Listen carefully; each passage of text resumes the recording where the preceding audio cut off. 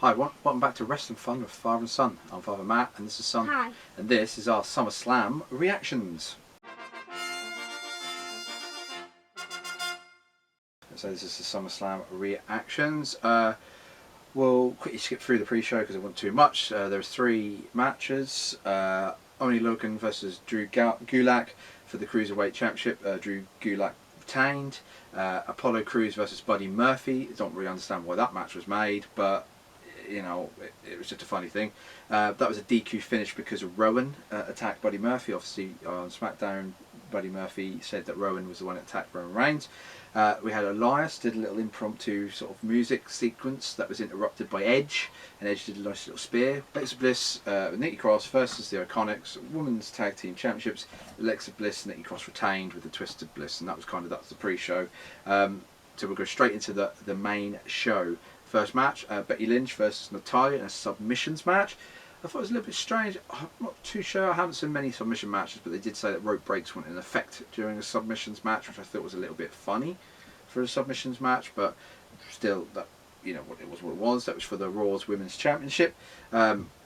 Nothing really to it except for that Becky Lynch she got the win with a disarmer. It was kind of strange. Natalya put a disarmer, some sharpshooters on Becky Lynch. Nothing. There was really nothing from it. Becky Lynch puts the disarmer on one time and Natalya taps. So it was a really quick sort of finish to that. Next, it was Dolph Ziggler versus Goldberg. Obviously, they had that sort of hype up. The video was really strange because it sort of started off with their sort of teased match between him and HBK, which, to be honest, seemed the better matchup. How this match started was that Ziggler got the jump on to Goldberg with a super kick, couple of super kicks, but then basically he got 2 super kicks, yep, and then he got squashed with a spear and a jackhammer, and Goldberg got the win. As he was walking up to the sort of basically leave, Ziggler got a mic as he was all beat up, and he called basically Goldberg out again another couple of times. He received 2 spears, a normal spear and then a running spear, and actually we've got a picture of what Ziggler looks like at the minute up in the corner. They announced that Clash of Champions will be September the 15th, that's the next pay-per-view. AJ Styles versus Ricochet was the next match for the US title. And Clash of Champions is all championships will be defended, and I think the 24/7 champion will be defended. You think it will be? Well, it's always being defended. Speaking of the 24/7 championship, that was a nice segue there from Kai. During the Ricochet's entrance, they show all the commentary desks. They normally have like loads like Russian, German, sort of Mandarin, all that, and they were going along them. And then I think they went to the Japanese one, and there was R-Truth and Carmella. They were in sort of costume and that, and only for Drake Maverick then to appear, and then they went back to their comic dress and they disappeared. There was kind of a couple of 24/7 bits, but nothing really of any note. Yeah, so then Edge Styles come out with the club, Gallows and Anderson, who have played a big part in this match. There was a nice little stepping stone sort of bridging sequence into a Hurricanrana. I think Ricochet's attire was like Batman, I think. I don't know, yeah, the ring attire was a bit strange. They were saying about superheroes, so I like the superhero in his ring attire, but it was sort of Batman or Black Panther or sort of type-ish sort of thing. Yeah, they did a nice little stepping stone sequence where he sort of bridged on Gallows, Anderson, did a Hurricanrana outside to AJ Styles. That was quite nice. The main sort of story of the match was that AJ Styles was trying to work the legs of Ricochet to sort of take off that sort of high-flying offense. The end of this match was that Ricochet went up to the top ropes. He got a bit of interference from the OC. He sort of went for a flipping sort of thing. I don't know really what it was, sort of a flip thing. I think it was like a flying Hurricanrana. Something like that. Anyway, he did it. Styles caught him, and then he put him into Styles Clash, and that was kind of it. That was the win. Then they were sort of celebrating, and then they went back and did a magic killer to Ricochet, so sort of add insult to injury. It was quite a nice little match, but it wasn't as long as I thought it would have been. But yeah, let's say it was a nice little match. There was Street Profits' little promo backstage. Again, they're still in these promos. They were joined by Ric Flair, which was quite nice to see. It was really nice with, Montez Ford, as I said it before. The Montez Ford is full of intensity, and he definitely did it here. It was a nice little bit. Hopefully, they'll push him a little bit more on the main show. Next was Bayley versus Ember Moon. No build up, no video package before this match. basically Bailey won with the Bailey to belly. That was it from the top rope. Not much to say, to be honest. She defended the title and that was it. Owens versus Shane, and if Owens lost, his career would be over. Shane came out and he announced that there'd be a special enforcer to sort of make sure it was called fairly, which we know, being as it's Shane McMahon involved, it's not going to be called fairly. Who was the enforcer? Edge. No, it wasn't. No, Edge was earlier on. Elias. Yeah, that's right. It was Elias, obviously stacking the deck a bit more against Owens. But he was speared by Edge. I don't know why. Yeah, I don't. Well, he must have got over it in the sort of the hours between the pre-show and the main show.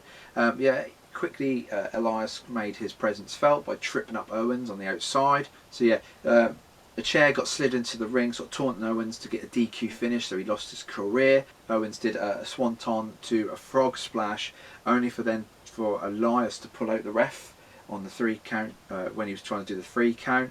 Kevin Owens did like a cannonball to Elias and the referee on the outside and took him out. He did a low blow and then a stunner to Shane McMahon and got the win that way. Next it was Charlotte versus Trish Stratus. We all knew that this was going to be Trish Stratus' last match. They've been saying it for the last week, and WWE's sort of long-term tradition is that if you're having a retirement match or your last match, you lose. That is their tradition, so they kind of told you the ending of this match before it even happened, and that is exactly what happened. Charlotte did beat Trish Stratus with the figure 8. I think the match wasn't...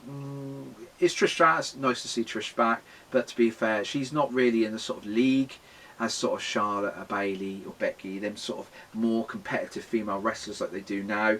They were kind of back in the day when they used to do like 5 moves and that was kind of it. And it really I thought Charlotte was really trying to help Trish Stratus in this match, trying to get the best she could get out of her, and it was okay. It is Trish Stratus' sort of goodbye to the WWE as far as we know, and it was nice to just get an end to the sort of career. Match 7, Kofi Kingston versus Randy Orton. I've said that I think Kofi Kingston's kind of reign is kind of coming to an end. I'm kind of still thinking that. In this match, I'm not a big fan of Randy Orton. I do think he is boring Orton, or Borton, as they sort of say on the internet. Borton, Randy Borton. I do think he is a little bit boring, and he does slow the matches down. Boring, Borton, the same thing, isn't it? Yeah, he does slow the pace down in these matches, and this match was the same. The ending was a double count out because I kind of don't really understand why, but they did do a double count out. It sort of said in the commentary that the whole spectacle of SummerSlam got the better of them, and they got in the moment, and they just basically want to take each other out, and the history that they've had, there's sort of like that rivalry there. They just sort of got the better of them, and they just got counted out. After the match, Kofi Kingston sort of attacked Randy Orton with the kendo stick, and they did a Trouble in Paradise to boo. The audience were booing Kofi, and I just thought, is this the kind of picture you want for your WWE champion, to be booed when he's supposed to be a super face? I think it was quite... He needs to lose the title. Well, I think it's getting to that point now where I'm thinking its reign hasn't been the best it could be, and it is getting to a time where I'd like to see the belt on somebody else. So yeah, I'm getting to that stage now. I don't know if anyone out there is getting to that stage. Just to let us know in the comments if you think, or if you think that Kofi's time is done as a champion. Just let us know. Next matchup was The Fiend versus Finn Balor.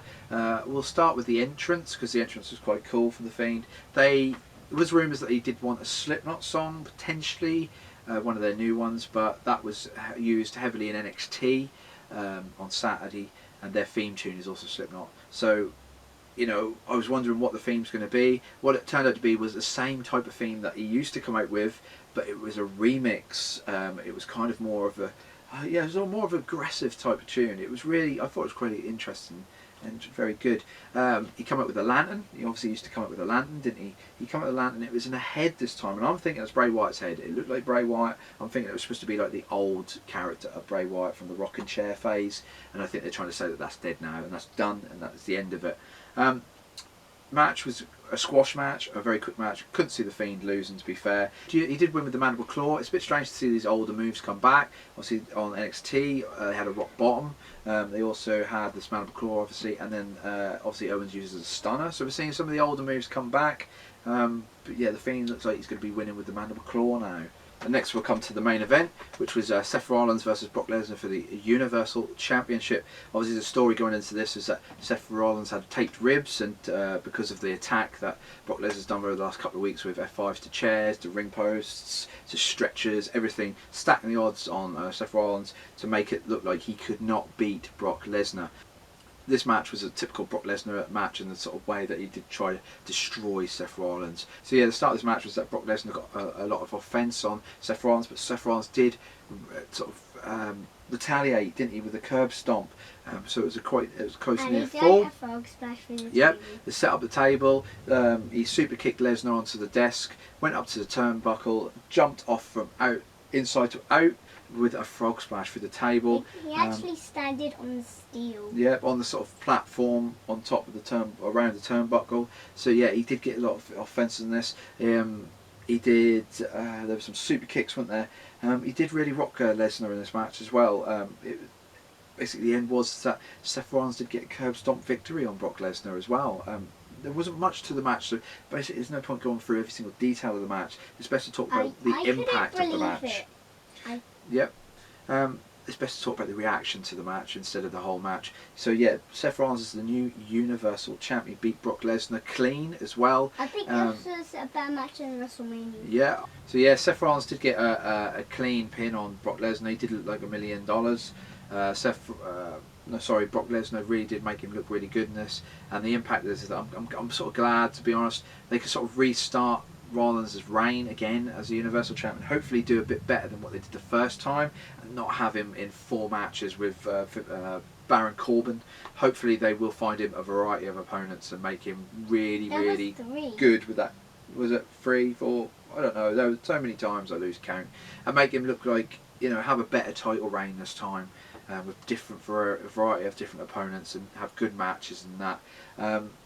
I didn't really want to see a Brock Lesnar long title reign, so I'm happy to see that. So we'll have to see what happens on Raw tonight. Will Brock Lesnar get a rematch? It is the Champions Clause. They do get a rematch, so we'll have to see if they do it, or if they work around it. But we'll have to see. So yeah, it's 4 weeks between now and the next pay-per-view, which is Clash of Champions. So it's a nice little build-up instead of 3 weeks. I want to. If Brock Lesnar's not Seth Rollins' opponent at Clash of Champions, I want to know who will. Well, we'll find that out. We'll find that out within the next few weeks, won't we? Because, like I say, it's 4 weeks until Clash of Champions, roughly about 4 weeks. Obviously that Roman Reigns storyline. Roman Reigns not at SummerSlam this year. Obviously they're letting that play out, that storyline with who's attacking him. Is it Rowan? Is it Bryan? We still don't know. We haven't got a definitive answer yet until someone confesses and says yes, it's me. We don't really know. So that didn't play out. There was a little bit of a sequence during SummerSlam about that, but not too much, to be fair. So yeah, that's our reactions. I'm happy that Seth Rollins is a Universal Champion. Hopefully now we can get a better reign than what they did before, especially with Paul Heyman in charge of it this time as well. That hopefully will be really good. At this pay-per-view, we just only got one new champion. Yeah, one new champion changed belt. Overall, the pay-per-view was okay. I don't think it was the best pay-per-view I've ever seen, especially when you think this is like the second out of the big 4, you know, WrestleMania, SummerSlam, Survivor Series and Royal Rumble. This is number 2, and I don't think it really hit its mark as much as it should have done. I think some of the matches were not built up enough, and I think, you know, the 3 weeks between last pay-per-view this one really shoe. So yeah, but that's our reactions. So the next one will be tomorrow, which will be the week of WWE Raw. Then SmackDown will be Wednesday, and we'll see what happens tonight, if they'll make any matches for Clash of Champions, or, you know, we might find out a little bit more about Roman Reigns. But yeah, like I say, if you like this video, please like, comment and subscribe. Share your reactions as well to SummerSlam, we'd love to know. And we'll see you in the next video. So I'll say goodbye, and say goodbye, Kai. Goodbye. Goodbye.